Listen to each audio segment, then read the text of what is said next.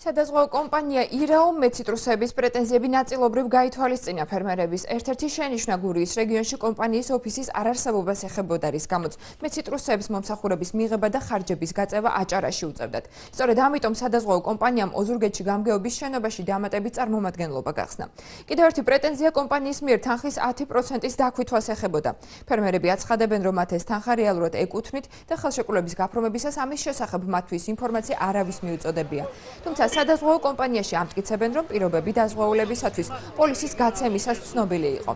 აგროდაზღვევის პროექტის ფარგლებში კომპანია ირაომ აჭარისა და გურიის რეგიონებიდან 4200 შეტყობინება მიიღო. როგორც აცხადებენ, 856 ბენეფიციარს ზარალი უკვე აუნაზღაურდა. ზარალის საერთო რაოდენობა კი 1.200.000 ლარია.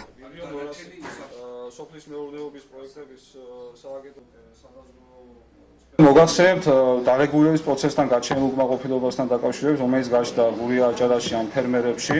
ამიტომ სოფლის მეურნეობის პროექტების მართვის სააგენტოს ჩართულობით და მხარდაჭერით გაიხსნა ოზურგეთში დამატებითი ფილიალი ისინი გამგეობის შენობაში. რაც შეეხება უკმაყოფილებას, რომელიც გაჩნდა ფრანშიზასთან დაკავშირებით, ეს ცნობილი იყო ადამიანებისათვის, შეიძლება ვიღაცამ ვერ გაიგო, არ გამოვრიცხავ ამას, მაგრამ მე გეტყვით, რომ ეს არის ძალიან მცირე ნაწილი.